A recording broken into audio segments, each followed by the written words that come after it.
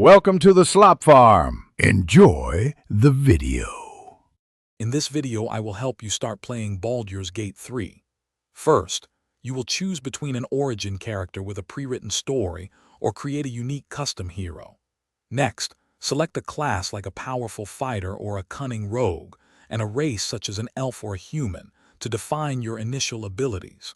Finally, familiarize yourself with the turn-based combat, which is central to every encounter. This foundational knowledge will prepare you for the epic adventure ahead.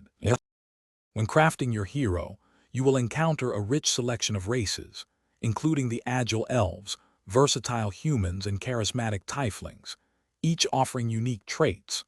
There are 12 distinct classes available, such as the robust fighter, the spell-slinging wizard, or the stealthy rogue, allowing for varied gameplay. Carefully distribute your ability points across 6 core stats like strength and intelligence to optimize your character's effectiveness in combat and dialogue. Your initial hours in Baldur's Gate 3 involve exploring the immediate aftermath of the Nautiloid crash. You will quickly encounter potential companions, allowing you to recruit up to 3 allies to form a full 4-person party. These companions are vital for both combat and story progression. Remember, every dialogue choice can significantly impact your relationships and the unfolding narrative, so choose wisely as you explore the world. Combat in Baldur's Gate 3 is turn-based, requiring careful planning. Each character has 1 action and 1 bonus action per turn. Use them wisely for attacks, spells, or utility.